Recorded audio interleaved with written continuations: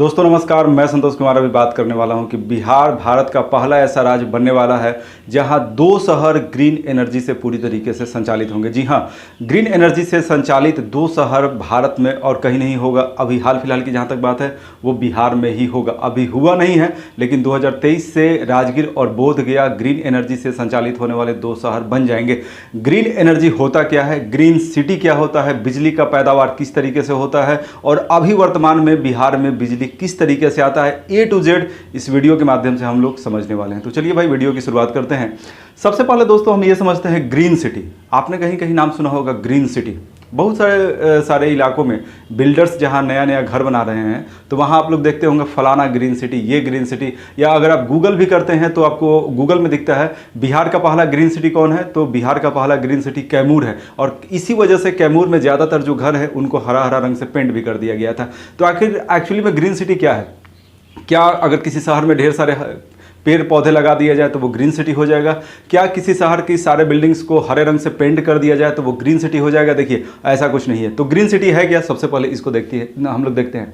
देखिए कोई भी शहर है तो वहाँ ऊर्जा की आवश्यकता होती है। इस बात को आप लोग समझिए। ऊर्जा का आवश्यकता कहाँ पर होता है किसी भी शहर में? तो ऊर्जा की आवश्यकताओं को देखते हैं। ऊर्जा का आवश्यकता होता है घर में बिजली सप्लाई में।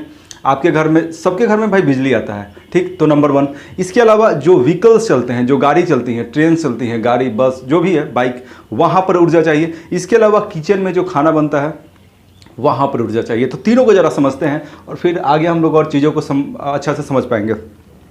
तो सबसे पहले हम लोग ये देखते हैं कि जो घरों में हमारा बिजली आता है वो बिजली कहाँ से आता है। देखिए अगर बिहार में दोस्तों बात किया जाए तो बिहार में 78% जो बिजली है वो थर्मल पावर प्लांट से आता है। थर्मल पावर प्लांट कहने का मतलब कोयला को जलाया जाता है। जैसे कि अगर बिहार में बात किया जाए तो बाढ़ थर्मल पावर प्लांट कहलगांव में है, भागलपुर, और बरौनी थर्मल पावर प्लांट है। तो इन जगहों से बिजली आता है अपने स्टेट में, और ये तीनों बिहार में ही है। ये तीनों लेकिन जो कंपनियां हैं ये भारत सरकार की है, NTPC से मतलब संबंधित है। तो थर्मल पावर प्लांट यहाँ है, कोयला जलता है, बिजली आता है। इसमें बहुत ज़्यादा पॉल्यूशन भी होता है। तो देखिए ये जो ऊर्जा शहरों में आ रहा है ये हरित ऊर्जा नहीं है, ये क्लीन ऊर्जा नहीं है, क्लीन एनर्जी नहीं है। क्यों? क्योंकि इसको बनाने की प्रक्रिया में बहुत ज़्यादा पॉल्यूशन पैदा हो रहा है। इसको बनाने की प्रक्रिया में बहुत सारा ग्रीन एनर्जी नहीं पैदा हो रहा है, बल्कि ग्रीन हाउस गैसेस पैदा हो रहा है। ग्रीन हाउस गैसेस को भी हम लोग देखेंगे। तो देखिए ग्रीन सिटी में क्या है, ऊर्जा जो है ना, एनर्जी ऐसे स्रोतों से है जहां कोई पॉल्यूशन ना हो।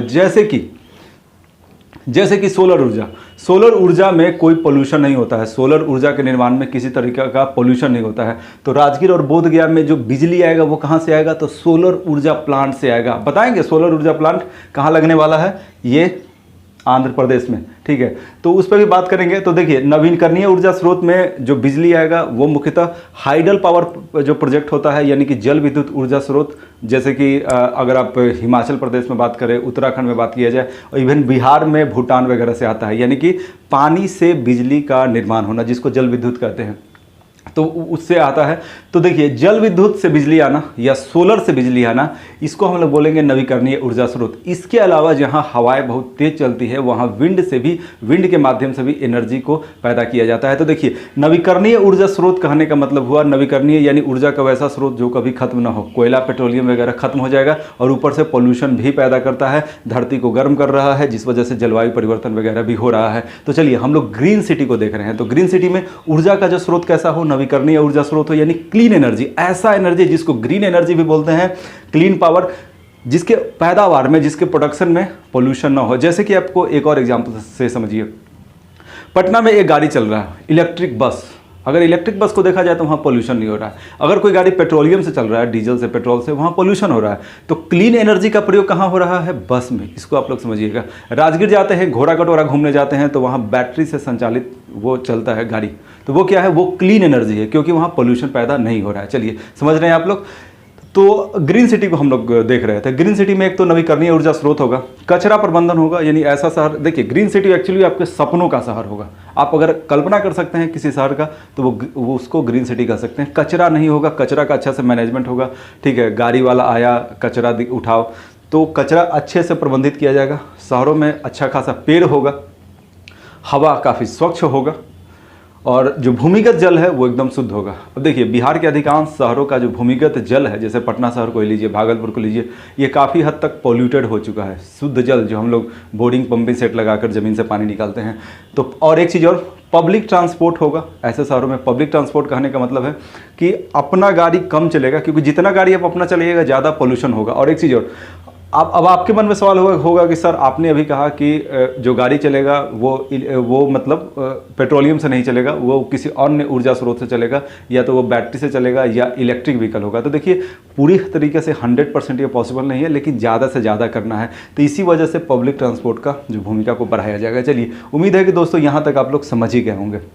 चलिए, तो ग्रीन सिटी कहते हैं कि इसे ये समझ गए हैं। अगर भारत का पहला ग्रीन सिटी की बात किया जाए तो भारत का जो पहला ग्रीन सिटी है, अगर गूगल पर जाइएगा तो कहीं अगरतला मिलेगा, कहीं कुछ मिलेगा, कहीं कुछ मिलेगा, उसका कोई 100% फिक्स नहीं है। अगर यहाँ की बात किया जाए तो ये ग्रीन सिटी नहीं है। बिहार का पहला ग्रीन सिटी कैमूर है। तो ये क्या है, ये ग्रीन एनर्जी सिटी है। ठीक है, ग्रीन एनर्जी सिटी है। थोड़ा सा इस बात को आप लोग समझेंगे। अब देखिए राजगीर और बोधगया में होने क्या वाला है, इसको भी समझिए। राजगीर और बोधगया में जो इलेक्ट्रिसिटी का सप्लाई होगा वो दो तरीके से होगा, सोलर और हाइडल। अभी भी राजगीर में जो इलेक्ट्रिसिटी का सप्लाई है वो कोयला से बिजली जब बनाया जाता है वहां से है, यानी कि थर्मल पावर प्लांट से। और जहां भी थर्मल पावर प्लांट से बिजली बन रहा है वहां पोल्यूशन पैदा हो रहा है। लेकिन आने वाले समय में क्या होगा, सोलर एनर्जी से बिजली पहुंचेगा राजगीर में, और जो हाइडल पावर प्लांट है वहां से बिजली पहुंचेगा। देखिए होगा क्या यहां पर, फिर एक बार समझिए। राजगीर और बोधगया में ये जो संकल्पना है ग्रीन एनर्जी का, ये जून 2023 से स्टार्ट होगा। अभी ये स्टार्ट होने वाला नहीं है। आखिर होगा क्या जून 2023 से, उसको देखिए। एक सरकारी कंपनी है, सार्वजनिक क्षेत्र का उपक्रम है, PSU, public sector undertaking, solar energy corporation of India. देखिए पूरी दुनिया में लोग बोलते हैं कि बिहार बहुत पीछे है, आधुनिकता से बहुत दूर है। तो ऐसे लोगों को सोचना चाहिए, बिहार वो कर रहा है जो दुनिया के कुछ ही शहर कर रहे हैं। मुश्किल से 100 शहर में भी इस तरह का प्रोजेक्ट नहीं चल रहा होगा। आप सोच सकते हैं, इसी से अंदाज लगा सकते हैं कि बिहार आधुनिकता में बिल्कुल ही पीछे नहीं है। देखिए यहाँ पर समझिए, solar energy corporation of India, PSU है, पब्लिक सेक्टर अंडरटेकिंग, ये सार्वजनिक क्षेत्र का उपक्रम है।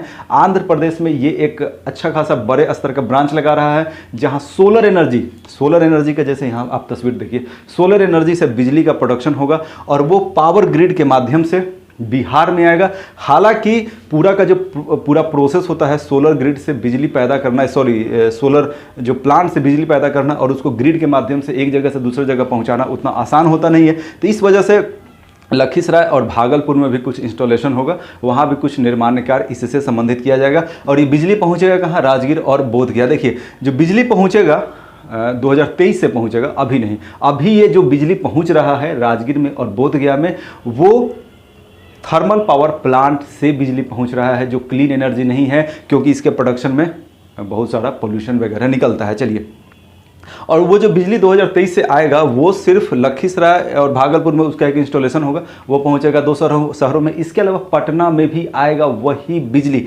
वो राजभवन में आएगा, हाईकोर्ट, CM निवास और जो मुख्य स्थल है वहाँ पर आएगा। चलिए, तो इन सब जो चीज़ों को आप लोग समझ रहे हैं। देखिए एक बार और अच्छे से थोड़ा और समझते हैं। जो बिजली आएगा, जो इलेक्ट्रिसिटी सोर्स होगा जून 2023 से, वहाँ पर सोलर और हाइडल दोनों तरीके से एनर्जी आएगा। देखिए सोलर एनर्जी, देखिए आंध्र प्रदेश में किस तरह का व्यवस्था होगा, पहले इसको समझ लीजिए। Solar energy corporation of India, PSU जो है, SECI, इसने क्या किया था, अलग अलग राज्यों से बोला था कि हम बिजली पैदावार करेंगे, आपको बिजली खरीदना है। तो बिहार सरकार ने बोला फरवरी 2021 में कि हाँ हमको बिजली खरीदना है। तो इन्होंने कहा कि हम आपको बिजली सप्लाई कर देंगे जून 2023 तक, ठीक है। और इन्होंने साथ ही साथ ये भी बोला कि दिन के समय जो बिजली होगा वो सोलर से आएगा, क्योंकि दिन में ही ना आप सूरज से बिजली प्राप्त करना चाहेंगे तो वो दिन में ही होगा। जबकि जो रात का वक्त होगा उस समय हाइडल पावर प्रोजेक्ट से बिजली का सप्लाई होगा। देखिए इन चीज़ों को हम समझे, उसके पहले थोड़ा सा यहाँ पर समझिए दोस्तों, क्योंकि यहाँ समझना जरूरी है। अब आपके मन में भी एक सवाल होगा कि जो सोलर प्लेट होते हैं, सोलर प्लेट से आखिर बिजली पैदा कैसे होता है, या जो जल विद्युत स्रोत है उससे बिजली पैदा कैसे होता है। तो देखिए यहाँ पर है सोलर ऊर्जा, एक सोलर पावर प्लांट का एक फोटो है। यहाँ पर एक सोलर प्लेट है, ठीक है।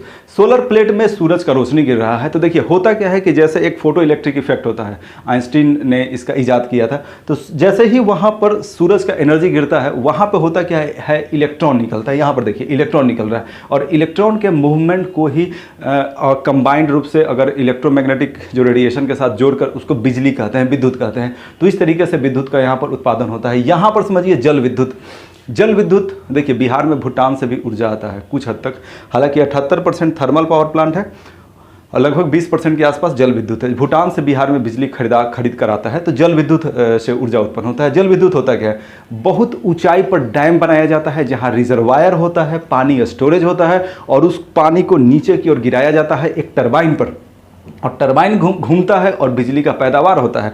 थोड़ा सा यहाँ समझिए आखिर होता क्या है, टरबाइन किस तरीके से बिजली का पैदावार होता है, इसको जनरेटर बोलते हैं। देखिए एक वैज्ञानिक थे माइकल फैराडे। माइकल फैराडे साहब ने थर्मल इलेक्ट्रोमैग्नेटिक इंडक्शन का खोज किया था, विद्युत चुंबकीय प्रेरण इलेक्ट्रोमैग्नेटिक इंडक्शन का खोज किया था, जनरेटर का उन्होंने एक संकल्पना दिया था दुनिया के सामने माइकल फैराडे साहब ने। देखिए था क्या, दो चुंबक लीजिए, आपको भी हम एक तरीका बताते हैं कि किस तरीके से आप बिजली उत्पन्न कर सकते हैं। दो चुंबक लीजिए, एक बड़ा सा चुंबक इधर, एक बड़ा सा चुंबक इधर, एक लोहा का वायर लीजिए, इसको घुमाइए तेजी से, इसको या चुंबक को घुमाइए या इसको घुमाइए, बिजली का उत्पादन हो जाएगा। टरबाइन में भी यही होता है। यहाँ पर इधर चुंबक का साउथ पोल देखिए, नॉर्थ पोल देखिए, और यहाँ पर है ये धातु को घुमाइए या चुंबक को घुमाइए, आपस में रिलेटिव मोशन कीजिए, तो टरबाइन में भी सेम टू सेम है। किसी तरीके से टरबाइन को घुमा दीजिए, बिजली उत्पन्न हो जाएगा। थर्मल पावर प्लांट में भी यही होता है। बाढ़ में जाइएगा, देखिएगा, ऐसे देखने को तो नहीं मिलेगा, वहाँ भी यही होता है। कोयला जलता है, गंगा जी से पानी आता है बाढ़ में, कोयला जलता है, जब कोयला के जलने से भाप उत्पन्न होता है, वो भाप प्रेशर लगाता है, टरबाइन घूमता है, टरबाइन घूमा, बिजली बन गया। अभी हमने बताया आपको, ठीक है। तो उम्मीद है दोस्तों आप लोग इसको भी समझ गए होंगे। तो हम लोग क्या बात कर रहे हैं, हम लोग बात कर रहे हैं कि राजगीर और बोधगया में जो पूरा का पूरा जो ऊर्जा स्रोत होगा आने वाले कुछ समय में, जून 2023 में, वो क्या हो जाएगा, वो हो जाएगा सोलर प्लस हाइडल, और इसी को बोलते हैं हम लोग कंबाइंड रूप से बोल सकते हैं हाइब्रिड, यानी दोनों। सुबह के दिन भर इससे बिजली आएगा सोलर से, और रात के समय हाइडल से आएगा। हाइडल यानी कि जल विद्युत। चलिए ठीक है, आप लोग ये बातों को समझ रहे होंगे। थोड़ा सा कुछ और चीज़ों को समझे, थोड़ा सा यहाँ देख लेते हैं। जो टोटल बिजली आएगा डेली बेसिस पर 200 मेगावाट आएगा, अभी नहीं आएगा, जून 2023 से आएगा। 160 सोलर से और 40 आएगा हाइडल से डेली बेसिस पर। देखिए, और जो रेट होगा, रेट बहुत ज़्यादा नहीं होगा, रेट होगा 5 रुपये पर यूनिट। और एक चीज़ और देखिए, सालाना जो खर्चा होगा इस पूरे प्रोसेस में, जो बिजली खरीदेगा बिहार सरकार, किससे खरीदेगा, solar energy corporation of India से, तो जो रेट होगा वो होगा 4.03 रुपये पर यूनिट का रेट है। और अभी जो रेट है, जो नॉर्मल बिजली बिहार सरकार खरीदता है, वो है 5 रुपये पर यूनिट। तो यहाँ देखिए 277 करोड़ रुपए सालाना का खर्च होगा। 78% अभी थर्मल पावर प्लांट से बिजली आता है, जिस वजह से बहुत ज़्यादा पोल्यूशन होता है। अगर आप बाढ़ में जाइएगा या कहलगांव में, यहाँ जहाँ भी कोयला से बिजली बनता है वहाँ काफ़ी ज़्यादा प्रदूषण भी होता है। अब देखिए, एक होता है डिस्कॉम, इसको थोड़ा दोस्तों आप लोग समझिए। बिहार में बिजली मतलब बिजली आपके घरों तो कैसे पहुँचता है, थोड़ा इसको समझिए। देखिए होता क्या है कि एक तो बिजली बनता है, जैसे कि बाढ़ में बनता है, भूटान में बन रहा है, बहुत जगह बिजली बन रहा है। वहाँ से बिजली आता कहाँ है, तो डिस्कॉम के पास। डिस्कॉम का मतलब होता है जो डिस्ट्रीब्यूशन कंपनियाँ होती हैं, जो बिजली कहीं से आता है उसके पास, और वो बिजली को हम लोगों के पास डिस्ट्रीब्यूट कर देता है। बिहार में ऐसी कंपनियाँ दो हैं, south and north Bihar power distribution company limited. इसका विद्युत भवन पटना में मुख्यालय है। तो यहाँ पर दोस्तों ये होता क्या है, यहाँ पर बिजली आया और ये बिजली को फैला देता है। तो ये डिस्कॉम कंपनियाँ हैं, इनको भी बहुत ज़्यादा लाभ होने वाला है, क्योंकि बिजली यहाँ पर सस्ता रेट में आएगा। अब देखिए एक चीज़ और समझिए, बिजली कहाँ से आएगा, बिजली आएगा आंध्र प्रदेश से। और देखिए अगर इंटर स्टेट ट्रांसमिशन होता है बिजली का, तो वहाँ पर 1 रुपये एक्स्ट्रा जो चार्ज है वो केंद्र सरकार लेता है। लेकिन सरकार ने ये भी बोला है, केंद्र सरकार ने, कि अगर वो नवीकरणीय ऊर्जा स्रोत से बिजली आता है तो हम उस पर चार्ज नहीं लेंगे, और जो सोलर एनर्जी है वो नवीकरणीय ऊर्जा स्रोत ही है। तो दोस्तों उम्मीद है कि आप लोग इन चीज़ों को समझ गए होंगे। थोड़ा सा एक लास्ट टॉपिक बचा हुआ, इसको भी देख लेते हैं जल्दी से। वो है ग्रीन हाउस गैस। होता क्या है, देखिए आखिर आप भी सोचिए कि राजगीर और बोधगया को ये सब करने की क्या आवश्यकता है, राजगीर और बोधगया को ग्रीन एनर्जी सिटी बनाने की क्या आवश्यकता था। तो देखिए अभी बना नहीं है, 2023 से बनेगा, इस बात को आप लोग समझ लीजिए। तो आवश्यकता ये था कि जो ऊर्जा यहाँ आता है, जो बिजली यहाँ आता है, उस बिजली के निर्माण की प्रक्रिया में बहुत ज़्यादा पॉल्यूशन पैदा होता है, क्योंकि कोयला से बनता है। तो उसको ख़त्म करने के लिए ऐसा किया जा रहा है। अब जो पोल्यूशन पैदा होता है उससे होता क्या है, मोटे तौर पर समझिए, उससे एक तो पर्यावरण प्रदूषित होगा, और वहाँ ग्रीन हाउस गैसेज निकलता है। ग्रीन हाउस गैसेज को थोड़ा सा समझिए।